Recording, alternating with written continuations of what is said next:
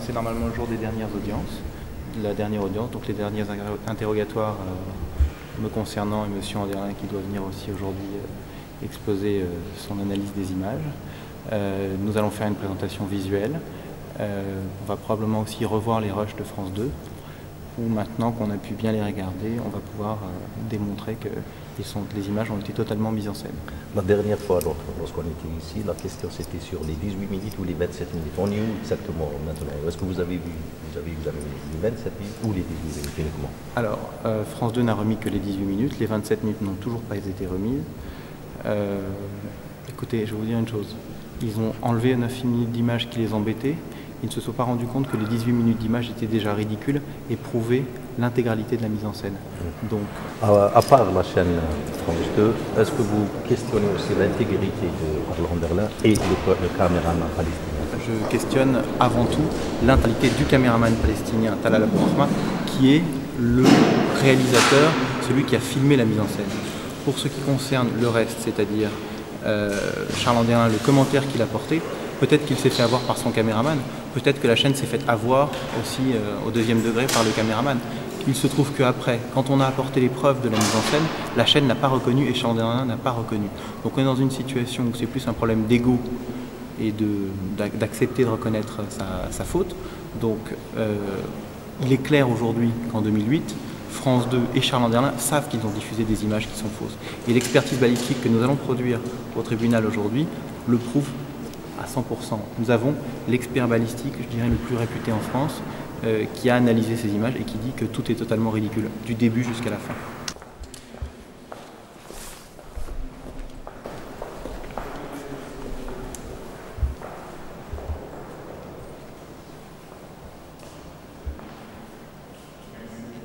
J'ai effectué effectivement une expertise à la demande de M. Carsanti à partir des éléments qu'il m'a fournis, c'est-à-dire les films correspondant au reportage d'Antenne 2, de France 2, ainsi que d'autres documents qui émanent d'autres agences de presse, Reuters, Associated Press, la BBC également. J'ai déterminé le type d'armes qui pouvaient avoir été utilisées au moment des faits, à la fois par les Israéliens et les Palestiniens. J'ai effectué avec ces armes des essais de tir et les conclusions de ces recherches ont été les suivantes. D'une part, nous n'avons aucune preuve formelle des blessures subies soit par Mohamed, soit par Jamal Al-Doura, puisqu'on n'a pas d'éléments médicaux, il n'y a pas eu d'autopsie du corps de l'enfant. J'ai pu déterminer qu'au moment des coups de feu, le père et le fils étaient à l'abri derrière un baril, ce qui les mettait hors de portée des tirs israéliens, puisqu'ils étaient protégés par ce baril, et que les seules possibilités de blessure éventuellement auraient été aux membres inférieurs, aux jambes, mais que la partie supérieure du corps était totalement protégée par ce baril. D'autre part, j'ai examiné également les impacts que l'on constate sur le mur. Dans le film de France 2, on voit un impact direct d'un tir, et au total, on dénombre à la fin du film 8 impacts sur le mur. Alors que le photographe de France 2 déclare que des tirs incessants ont duré au minimum 40 minutes. En fonction des armes utilisées, si on suppose qu'un seul tireur a tiré à raison de 50 coups par minute en direction du père et du fils, on devrait avoir 2000 impacts sur le mur. Or, on n'en retrouve que 8. Donc, d'après vous, les tirs n'étaient pas de ceux d'un soldat israélien.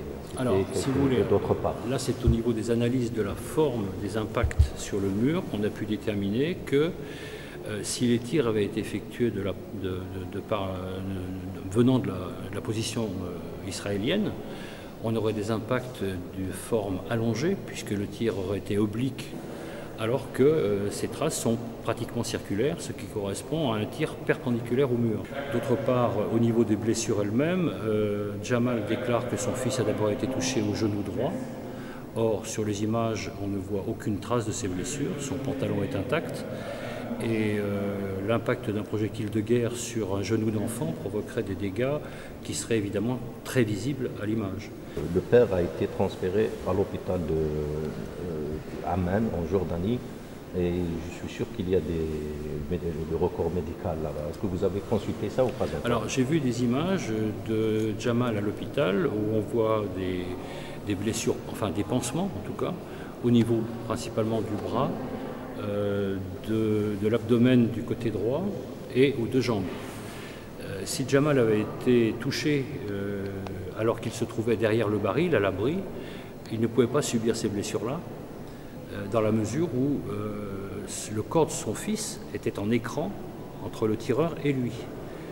Donc c'est l'enfant qui aurait été touché et non pas le père qui se trouvait derrière. Vous savez l'intégralité de la presse française, de la télévision française, France 2, c'est une chaîne très réputée.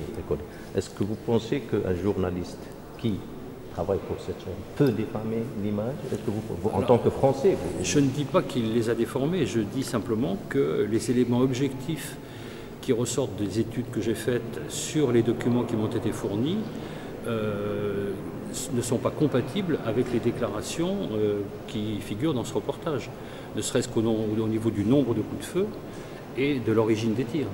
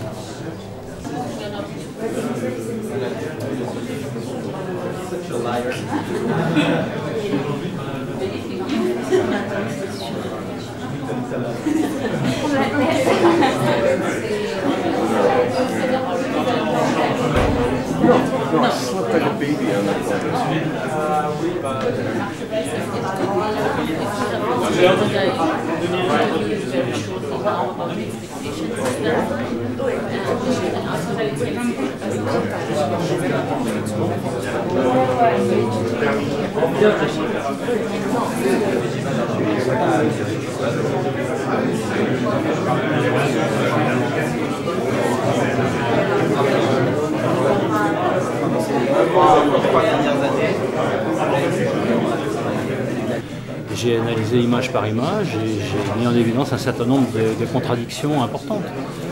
J'ai fait également des essais de tir avec les armes que pouvaient avoir à l'époque des faits aussi bien les Israéliens que les Palestiniens. Et bon, les résultats sont, d'une part, on n'a que 8 impacts sur le mur, alors que les tirs sont supposés avoir duré 40 minutes. 45, oui. Voire 45, Ouais.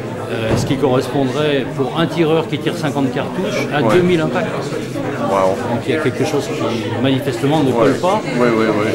D'autre part, la forme des impacts ne correspond absolument pas avec la position israélienne. Oui, Parce qu'on a un angle qui donnerait des impacts de forme complètement différente. Donc les tirs ne peuvent provenir soit que du poste palestinien Pita, soit de tireurs qui se situent entre ce poste et l'emplacement des soi-disant victimes. De la direction des Palestiniens. Et en plus, on n'a aucun élément qui permette d'être certain que l'enfant a été blessé, puisque s'il a été blessé au ventre avec une arme de guerre, c'est une blessure qui est très importante. Donc il y a un épanchement sanguin immédiat et on n'a aucune trace de sang sur le sol. Deux éléments, Jamal dit que son fils a d'abord été blessé au genou droit. Or, on ne voit aucune trace sur ses vêtements de blessure, alors que c'est une blessure sur un genou d'enfant. Le genou pratiquement n'existe plus, si vous voulez, s'il est atteint par une balle de guerre. Et là, on a le pantalon est intact, donc il n'a pas pu être blessé au genou. Dans les 10 secondes qui suivent le film de France 2, et que la BBC a diffusé, on voit l'enfant qui est soi-disant mort, puisqu'il a été annoncé comme tel par France 2. On le voit relever la main et regarder la caméra, et on le voit également bouger la jambe droite. Et il ne pouvait pas bouger la jambe droite, qu'il soit blessé à la jambe ou au ventre, c'est pas possible. Donc si vous voulez, il n'y a aucun élément objectif qui puisse permettre de dire que aussi bien le père que le fils ait pu être blessé dans les conditions indiquées par Franck. Et alors, étant donné le fait que, disons, le narratif que nous donne Charles Anderlin n'est pas supporté par l'évidence, quelle est la meilleure explication de l'évidence qu'on a? Alors moi je ne me suis pas hasardé à faire des hypothèses, okay. c'est pas mon travail. Non, ça, nous les historiens médiévistes, on se permet de faire des choses comme ça. Ouais.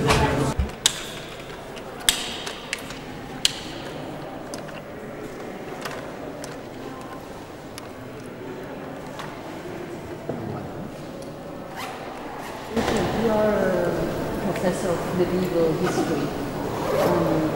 Are there any parallels with the story you're experiencing right now? Yeah, actually, I got interested in this before I even knew that it might be staged. I assumed that the boy had been shot. That's what the media told us. I had no reason to believe otherwise.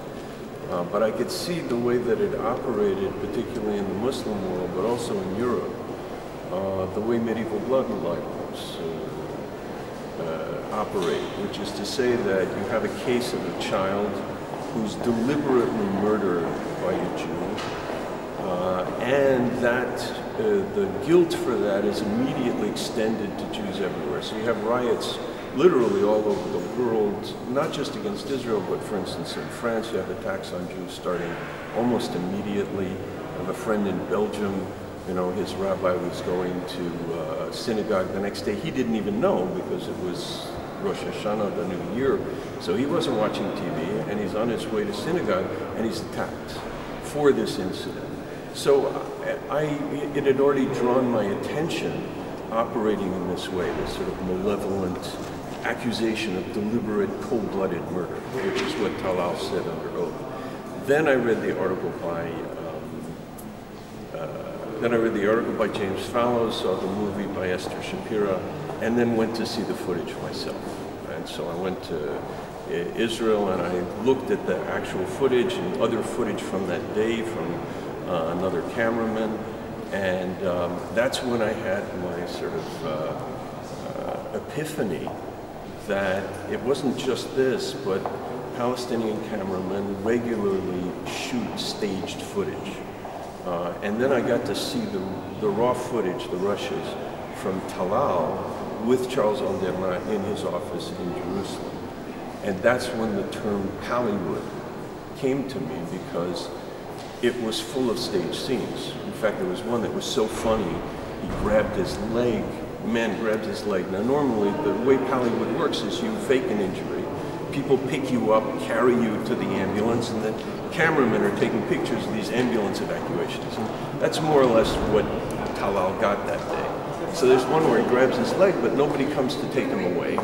So he looks around, realizes there are a couple of kids, he shoos them away, realizes nobody's going to carry him to the ambulance, and walks away without a limp. So at that point, there was a third person who laughed, and I said, "Why do you laugh?" He said, "Because it seems fake." And I said, "Yeah, all of these scenes seem fake." And Anderlin says, "Oh, they always do that, it's a cultural thing." And then I said, "Well, if they can fake that, why can't they fake Mohammed al-Duram?" And he said, "Oh, they're not good enough. They couldn't get it past me." So that's when I realized, because, you know, it's one thing to have people do silly fakes. It's another thing to have them send that footage to, you know, a Reuters, Palestinian stringer working for Reuters or AP, take that footage, send it to the central office, and then have that stuff edited down so it looks real. And then it's in the news, you know, 50 Palestinians were injured today, and here you see all these scenes of ambulance evacuations. Why wouldn't you believe it? So that was quite that's how I came to the story. Monsieur Anderlin.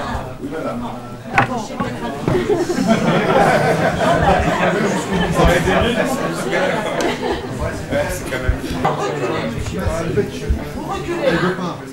Vous reculez, monsieur. Demandez aux autres. Vous mettez dos ici, vous allez vers le bas. Vous continuez. Reculez, monsieur, dame, s'il vous plaît. On va pas vous le dire 15 fois. Un peu de discipline, allez. Non, parce qu'autrement, vous faites descendre tous et pas comme ça. Vous reculez, vous arrivez, messieurs, dames. Pas de photo. Monsieur, les gendarmes, vous faites leur tête, ils n'ont pas filmé là. Vous ne filmez pas, monsieur, s'il vous plaît. Pas de photos non plus. Nous sommes en dehors, vous pouvez prendre des photos des gens, mais pas des photos d'une personne qui demande aux autres. Faites sortir ce lui.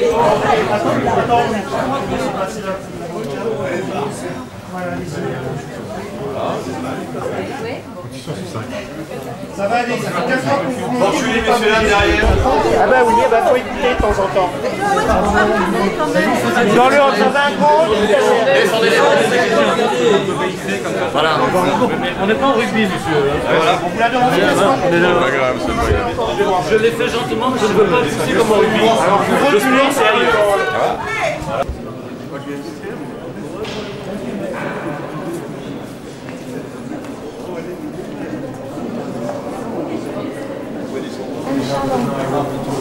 In the rest of the world, people have seen pictures where the Palestinians met at candlelight.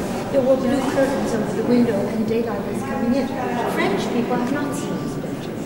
They did that book. They come to court and they say, are you telling me that Palestinians would cheat and that they would get together to cheat?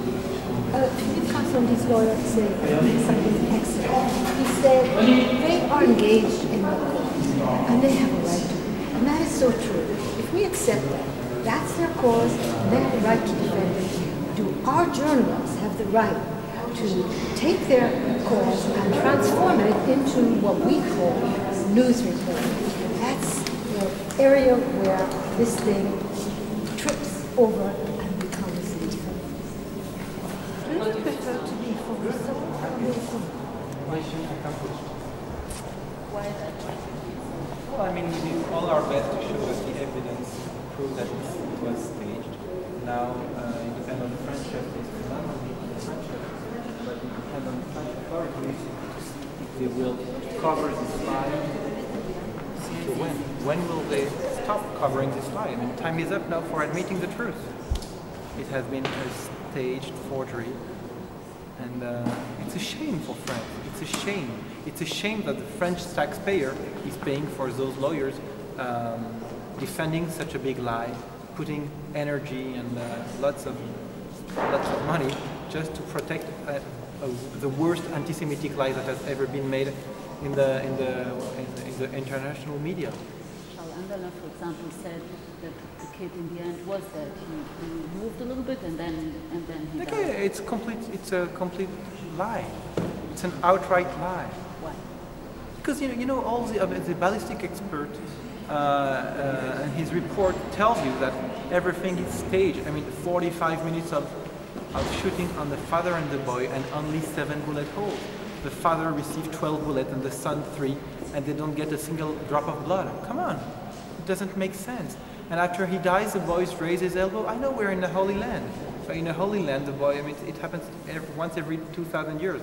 Okay, so maybe Muhammad al-Dura is the new Jesus Christ. So the arguments of the other side didn't convince you. But there was no argument. The only argument was, wow, you are French. We are the French state. We are France. Underline has such a big reputation. You're nothing. You have no reputation. You have no press card. You're nobody. Yes, but I tell the truth, and I'm not the only one. Richard Landes tells the truth. Nidra Poller tells the truth. Everybody's telling the truth. So come on. Nahum Shaf told the truth. Stéphane Dufat told the truth. I mean, come on. I'm not alone. The truth will prevail, you know. Truth must and will prevail. It's for history. It's not for me. I don't care. I mean, I can pay the 3,000 euros that I've been found guilty last year. But I want to win this case because it's a historical case. And when we win this, it will cleanse the reputation of the Israeli state, of the Jewish people, of the Western world. And it will be a tsunami for the foreign media who are working in Israel and in Iraq and anywhere. I mean, they need to tell the truth and not depend only on their fixers who are a bunch of liars.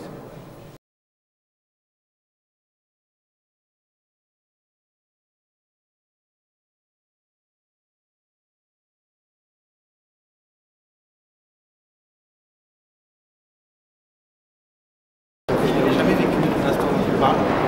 J'avais sur mes épaules la charge, vous savez, vous portez une responsabilité de vous tout seul.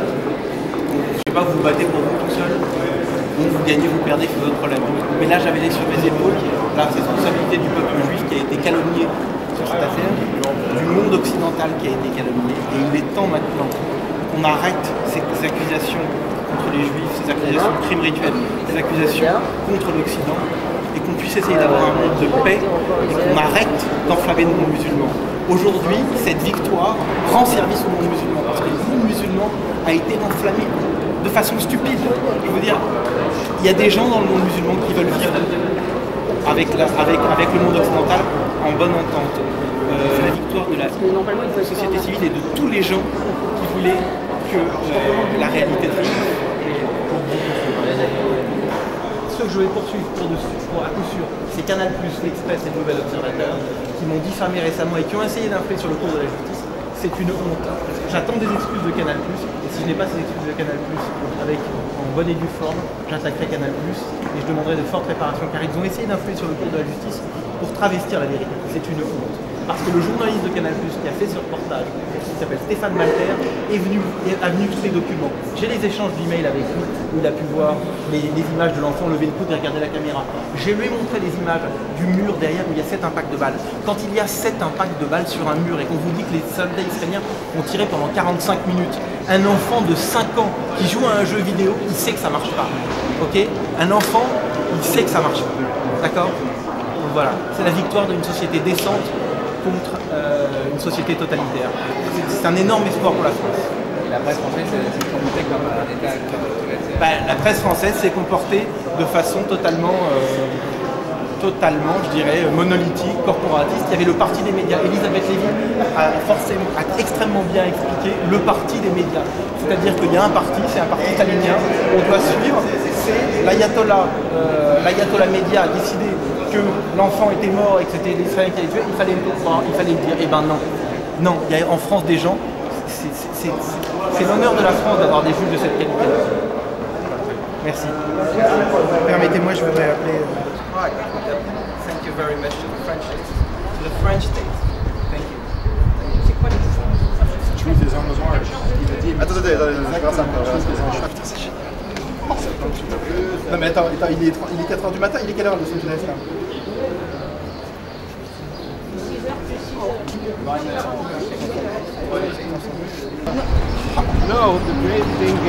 Ah oui d'accord, mais j'ai dit à Ilana de l'appeler pour le prénom. Yeah, sure, because they're not going to speak about that. We know that. L'histoire de la tribu. Don't worry. Don't worry. They have spoken a lot about this. Now they have to give the results.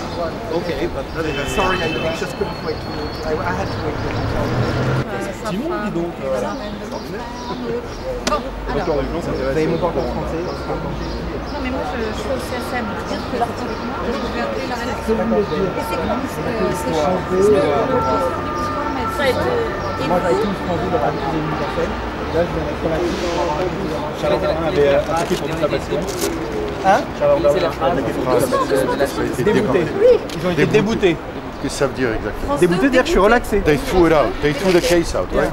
En anglais? Yeah. What is it in English? They threw the case out. They threw Ils ont the été case out. déboutés, ils sont dégoûtés, et nous allons goûter au plaisir. Ok, maintenant je vais voir mon avocat et... Alors... Pourquoi je dis le grand-père, celui qui connaît de l'histoire. Yeah, wait, I just need to... Okay, j'ai quelques minutes avec mon avocat et je suis là. J'ai réussi finalement pour un...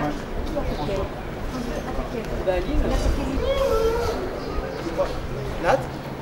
Attends, reste en ligne, oui. Bon, j'y vais, ok, j'ai compris. Ok, bon, je te laisse parce que là j'arrive, je fais une interview là. Ok? Ouais, bye. What does that mean now?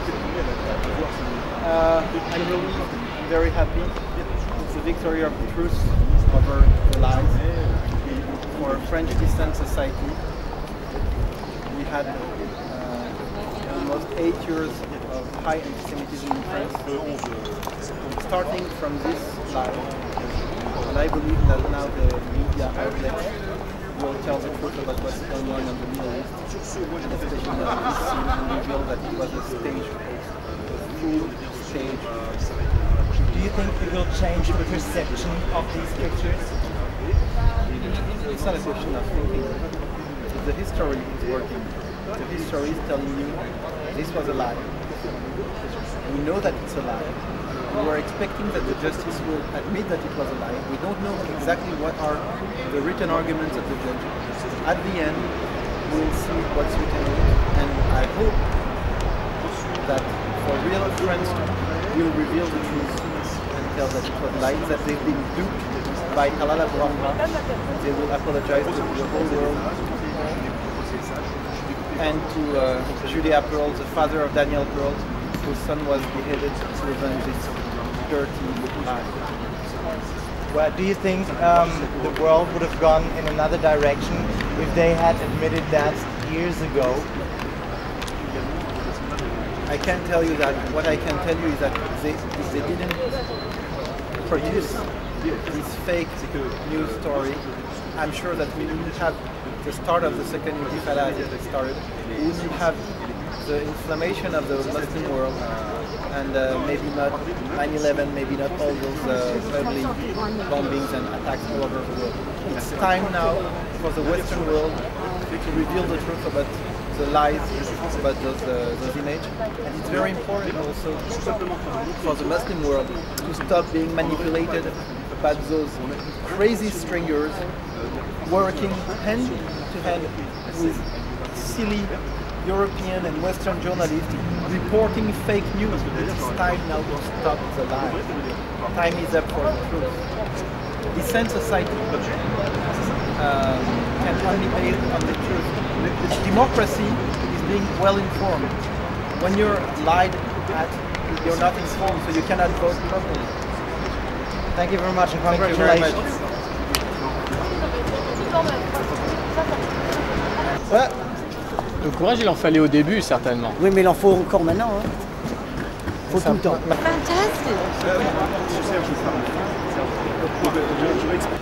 Ouais, j'ai envoyé un SMS.